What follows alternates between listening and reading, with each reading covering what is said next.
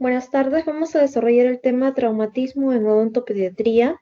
Los traumatismos dentoveolares en odontología pediátrica o en odontopediatría vendrían a ser la segunda causa de la demanda de atención dental en niños después de la caries dental. Y es que muchísimas veces en la consulta dental vienen los papás con piezas intruidas, extruidas, avulsionadas, ¿no? A causa de caídas dentales que generan traumatismos en piezas dentales. Ahí lo que tendríamos que hacer es evaluar si la pieza la podemos reposicionar y claro está una toma de una radiografía. ¿Sí? En los bebés puede manifestarse como la imposibilidad de succión o rechazo al alimento, ¿no? Cuando el nervio queda expuesto hay una sensibilidad aumentada al frío y al calor y algún roce de alimentos. Es por eso de que indicaba de que es necesario la toma radiográfica para ver si existe alguna lesión periapical o alguna fractura de la pieza. No. La etiología es, bueno, múltiple. Tenemos las caídas al suelo, las escaleras, los muros, al correr en el patio, el choque contra objetos, en juegos infantiles, de accidentes, de bicicletas, de automóviles, de patines, de deportes como el karate, la natación, el vóley, el béisbol y el boxeo, ¿no? Todos estos suelen citarse como las causas más frecuentes de los accidentes en los niños y en consecuencia de las fracturas que en este caso pueden ser verticales u horizontales de acuerdo al impacto de la pieza dental. Por eso repito que es muy importante que nosotros tomemos en consideración el tema de la toma radiográfica, ¿no? Para poder tener una evaluación correcta y un plan de tratamiento y un diagnóstico, ¿no? Los traumatismos en la dentición decidua, digamos de que tiene la cumbre o el pico de importancia para el odontopediatra como para el papá. Y es que este diagnóstico y este tratamiento, este plan de tratamiento, muchas veces es difícil, ¿no? Cómo abordar un niño, ya que ya tiene el dolor por la inflamación, ya que llegan asustados, ¿no? Muchas veces no tienen la primera visita y no nos da tiempo de poder adecuarlo, ¿no?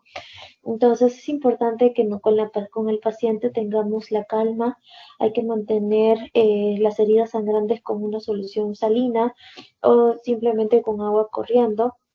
Hay que contener la hemorragia por medio de una presión local, como por ejemplo un algodón al tejido, ¿no? Durante 5 minutos, y hay que evaluar si las lesiones necesitan sutura o necesitan encaminar para un médico, en una evaluación de médico, ¿no?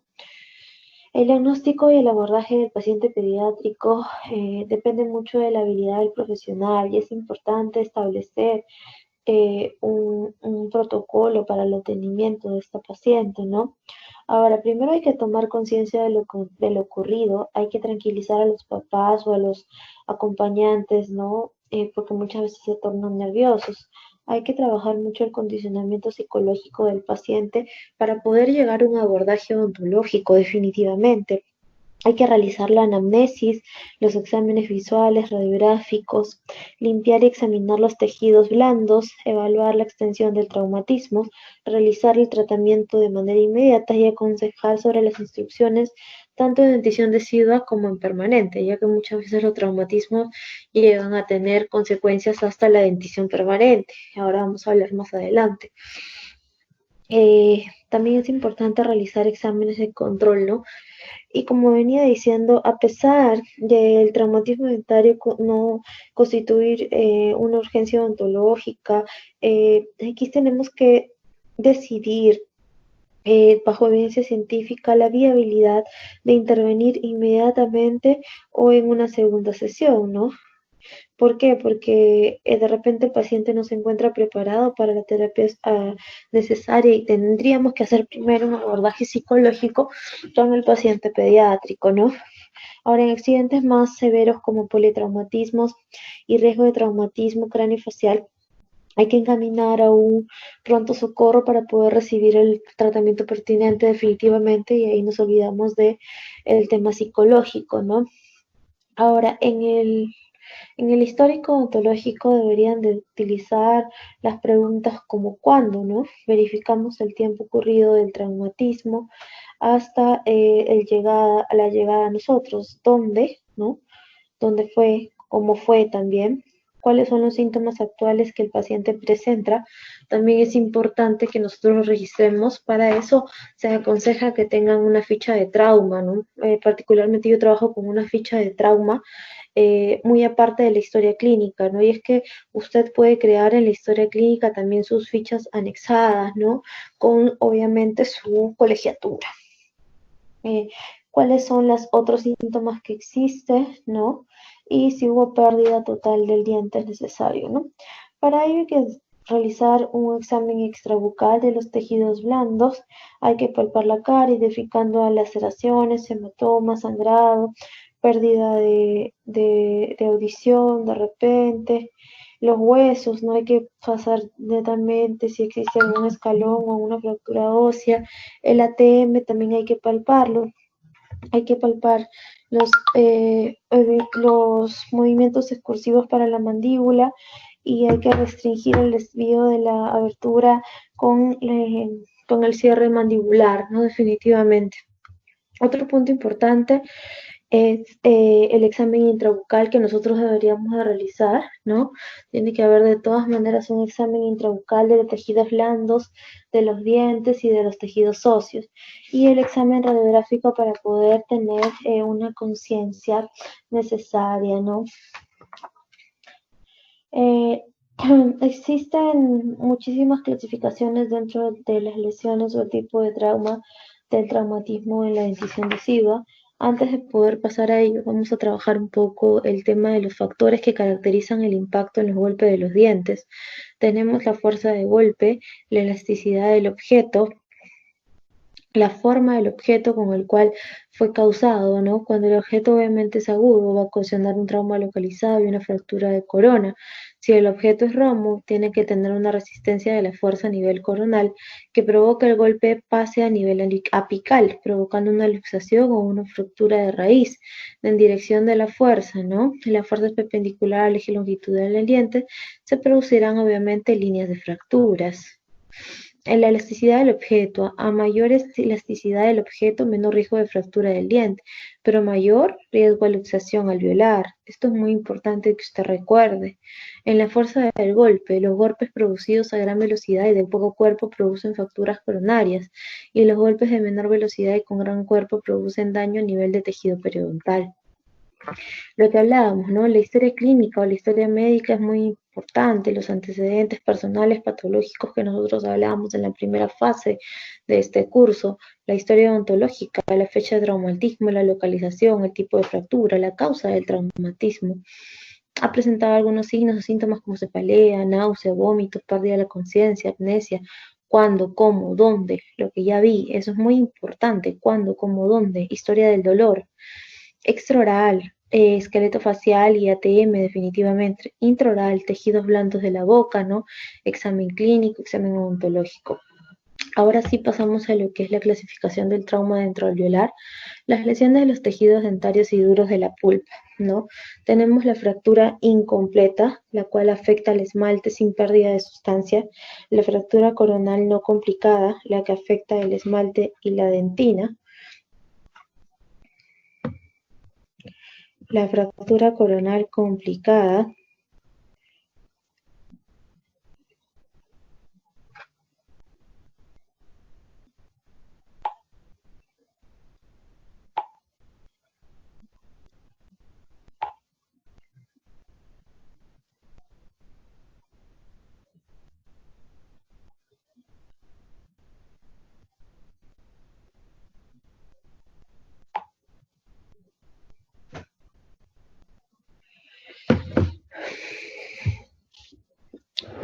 la fractura complicada de raíz y corona, que afecta el esmalte, la dentina, el cemento y expone la pulpa, la fractura de raíz que afecta la dentina, el cemento y obviamente a la pulpa, ¿no? Y la coronal complicada que afecta al esmalte, dentina y expone definitivamente a la pulpa. Cada una de estas clasificaciones tienen bastantes objetivos para poder desarrollar, obviamente. En este caso, el desarrollo vendría a ser bajo la evidencia clínica y bajo la evidencia radiográfica, ¿no? Usted podrá tener, obviamente, un diagnóstico certero si tiene de repente una evaluación con una radiografía periapical, en este caso porque estamos viendo la lesión de raíces definitivamente.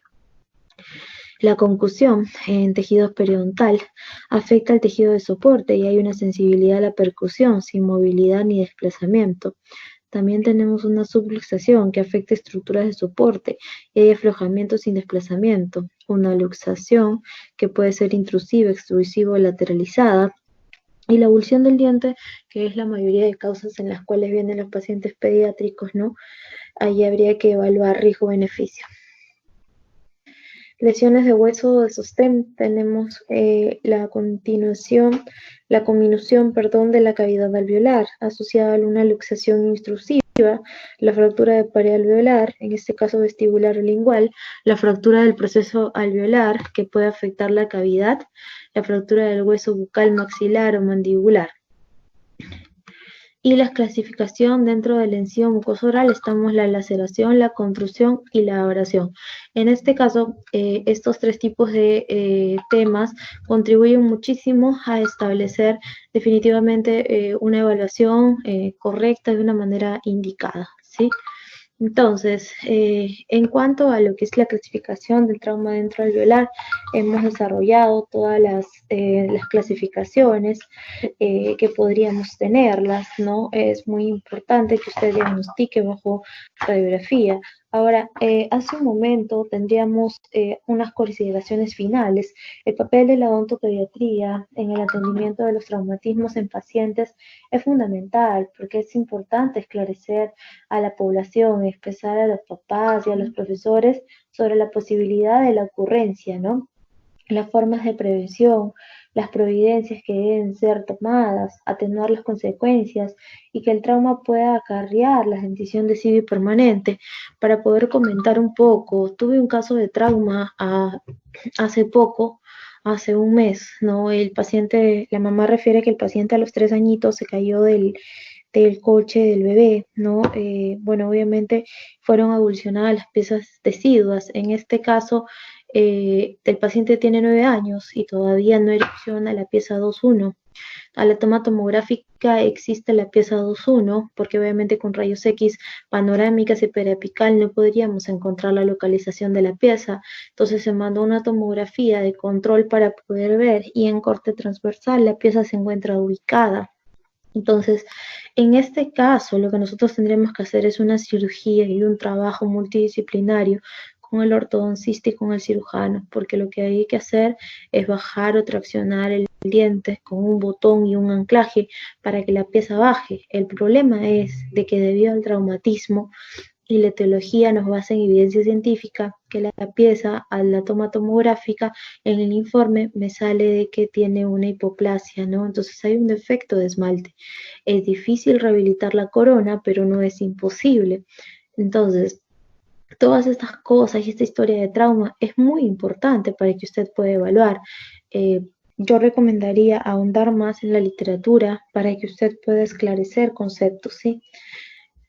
Gracias.